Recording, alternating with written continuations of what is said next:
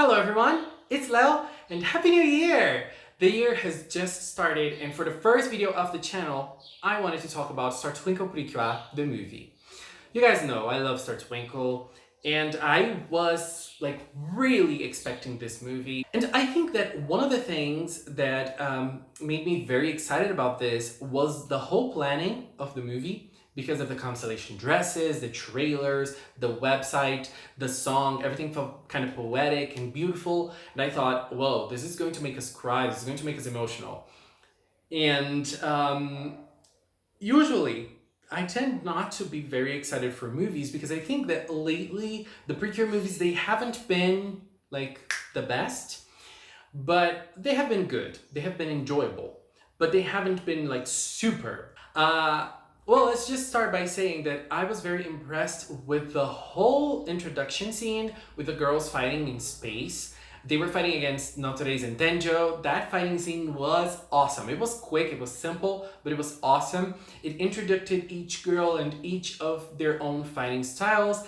It was amazing. I really found it fun and really entertaining. And I think that this is one of the things about Star Twinkle that I like a lot, which is each of the girls, they have different types of fighting, different types of using their powers, and they always try to reflect that in the season, but in the movie it's easier because they have a different way of working with animation, probably have more budget, more time, I don't know, but in movies they usually go all out. And so the movie started with a bang. It had a very nice introductory scene, and then it had the conflict of the movie started right there with the meteor shower and oncoming and the rocket running away, and then the girls coming back to Earth, and Elena and Madoka traveling to Okinawa, and then Lala having to stay over at Hikaru's house, and a little of the stars ended up staying with them without them knowing. And here's the thing.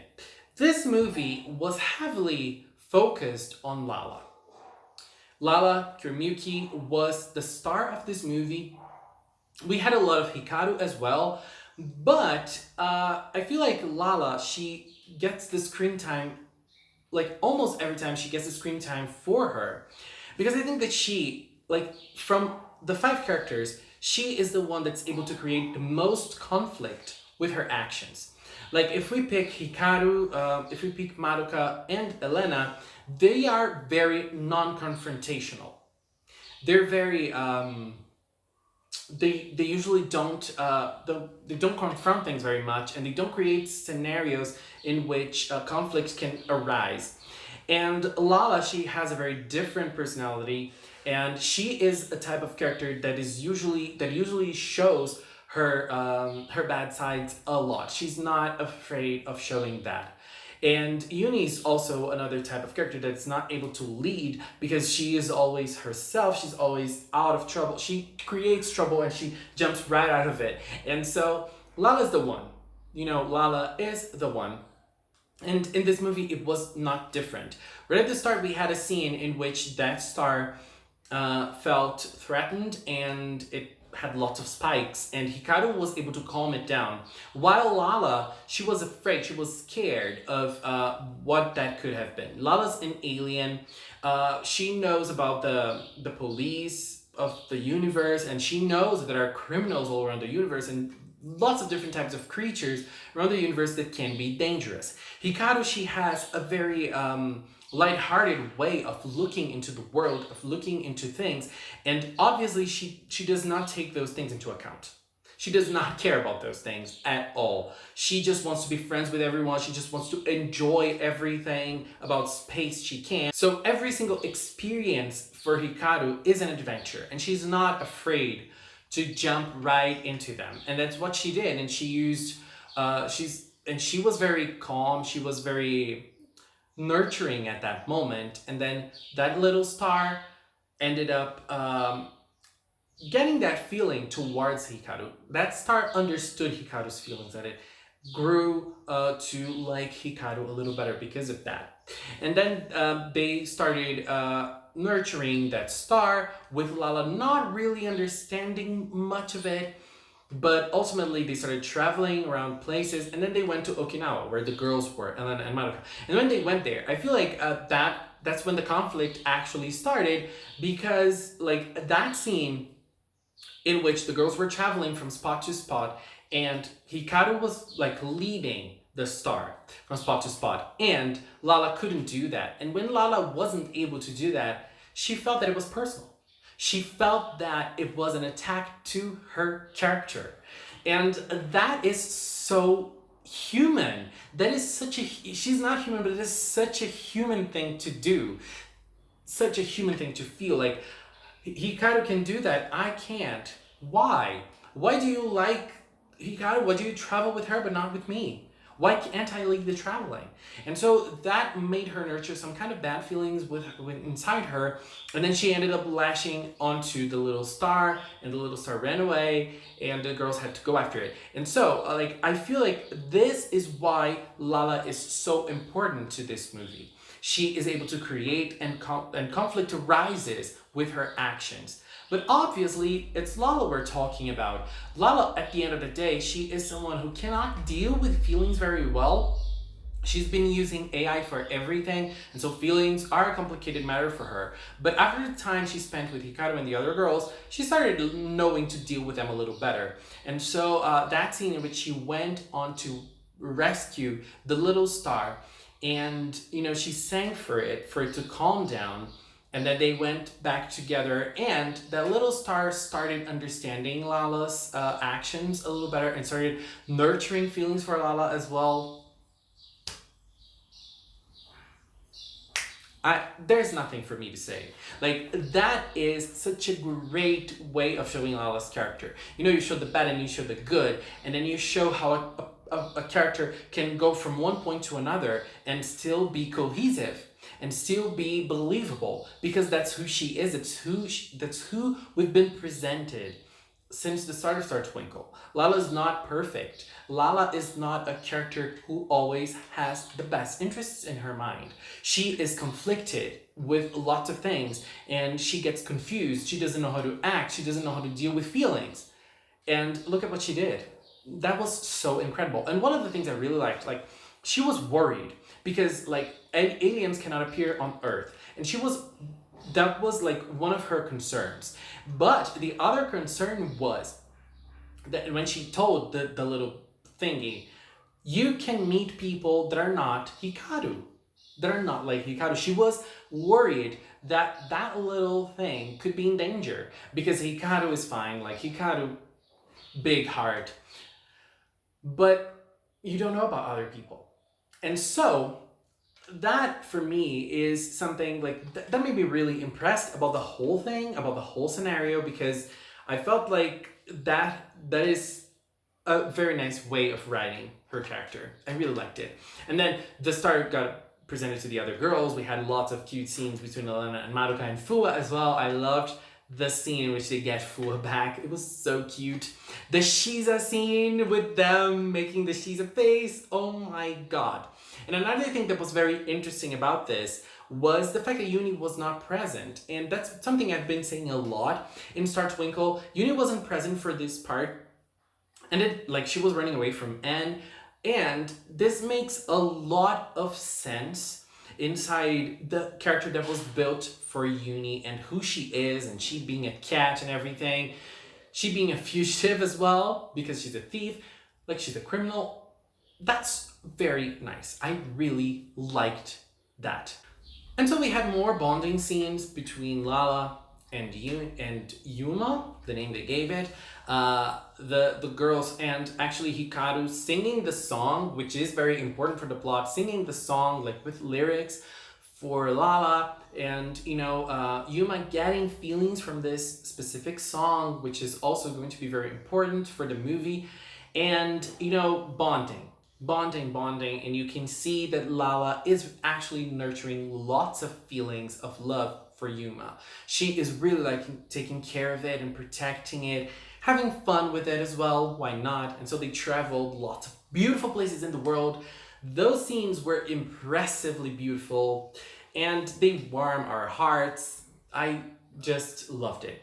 And so we had the first confrontation of the movie, which was very interesting because like the villains, we didn't have a main villain of this movie. Everything also felt very interesting because since that creature is a very important creature for the universe, people wanted it to sell in a high price. So we didn't have like a specific villain. We had a lot of different villains, and the villains that came were strong.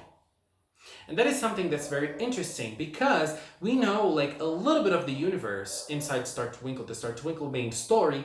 There's a big universe out there we're not seeing, and we can see a little bit of them here. Like even the police is not able to deal with those things. And so when they came and they started fighting, the fighting scenes were intense. Intense. I liked them a lot. They were very intense. And at the end of the day, the girls were able to win by using the Constellation dresses, which were beautiful. I loved that. Well, one thing before I start talking about the Constellation dresses, the Uni fighting scenes, the Cure Cosmo fighting scene was very interesting. She was the one that wasn't defeated. She was just escaping. She was not hit by that monster.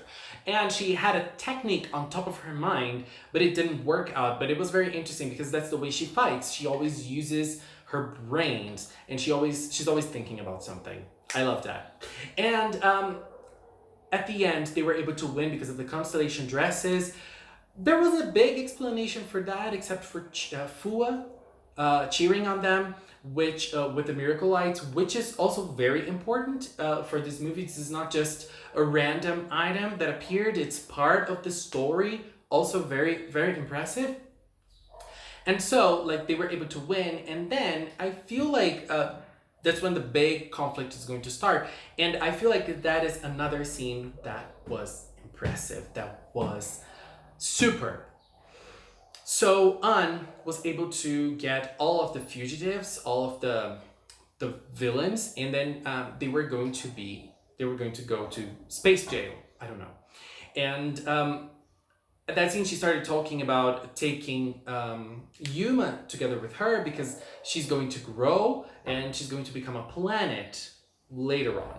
And then Lala did not want to say goodbye. She had those feelings in her for Yuma. She was feeling motherly towards it. She wanted to take care of it. She wanted to protect it. And honestly, she has powers to do that. With the girls, they can do that. But that's not realistic because Yuma is going to grow and Yuma is going to become a planet of its own. Like, it wouldn't be realistic for Lala to stay with her in any way you think of it. But Lala did not want to say goodbye to her feelings, and she did not want to say goodbye to Yuma. She wanted Yuma close to her, no matter what. And like everybody understood that Yuma had to go, except for her.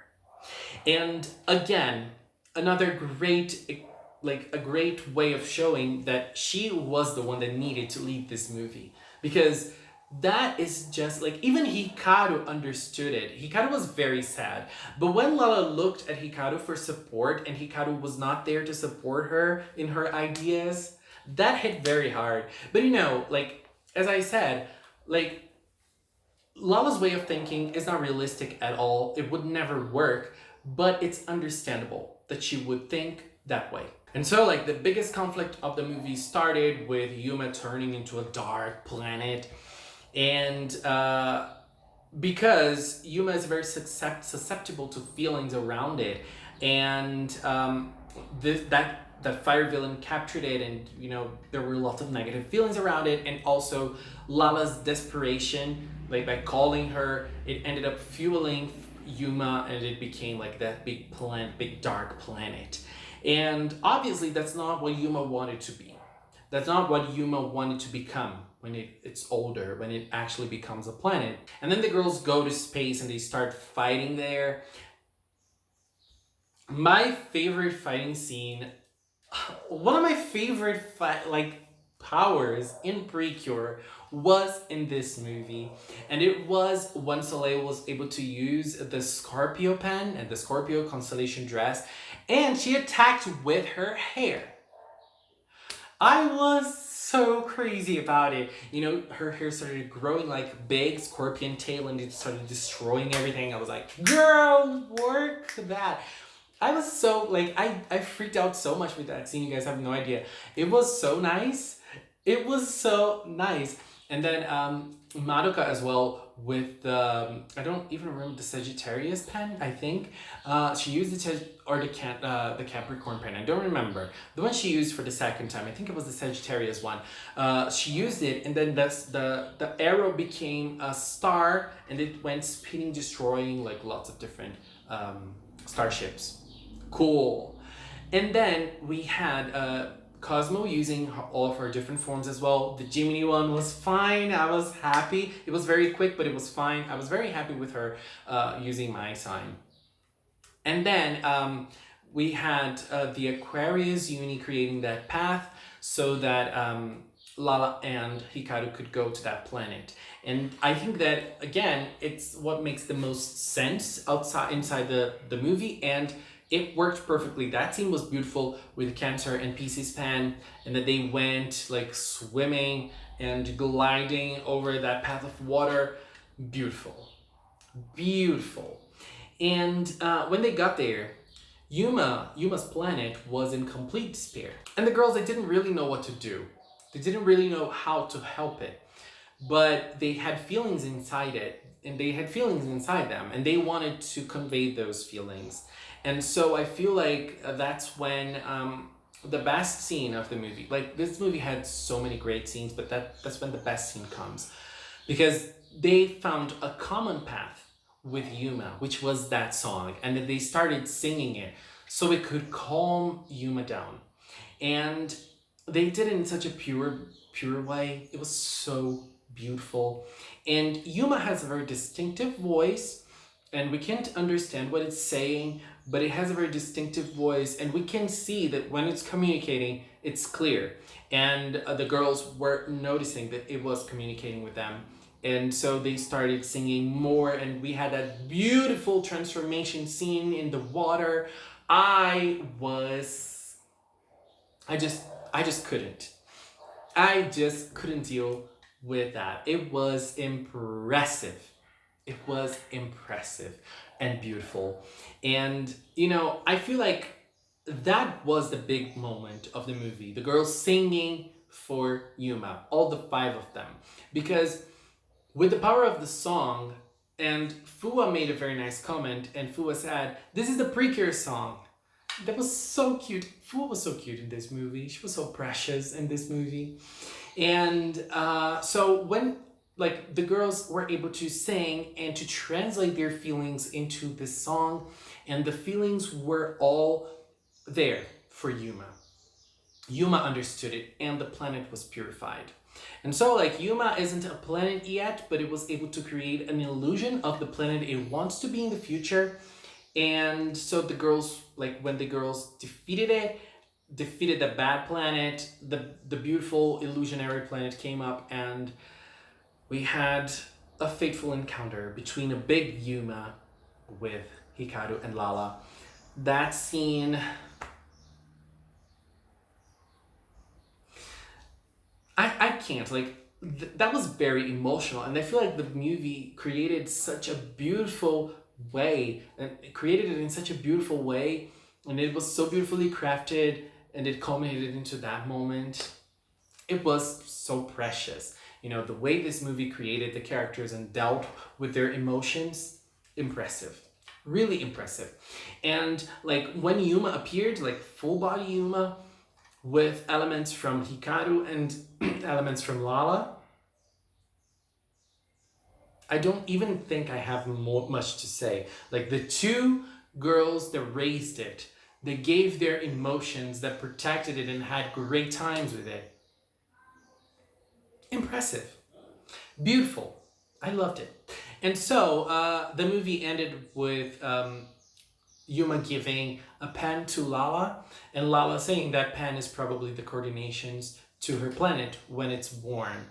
So more. I want more. I want more. I want to see more. Like, this movie was kind of introduced in the series itself, because we saw Anne and we saw the miracle light inside the episodes. So maybe, just maybe, can we see a little bit of this planet, Lala visiting this planet in the future? please, with the girls as well.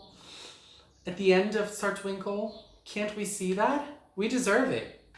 We deserve it because this movie is amazing. I just loved it so much. Like, this is probably my favorite Precure movie ever. It had great fighting scenes, great dialogues, great action, and lots of feelings. Lots and lots of feelings, and everything was beautifully crafted. You know, like a scene you see at the start of the movie is going to make sense at the end. You know, everything is beautifully created to become this great experience, which is the Star Twinkle Precure movie. It's right there at the favorites list because it's just impressive.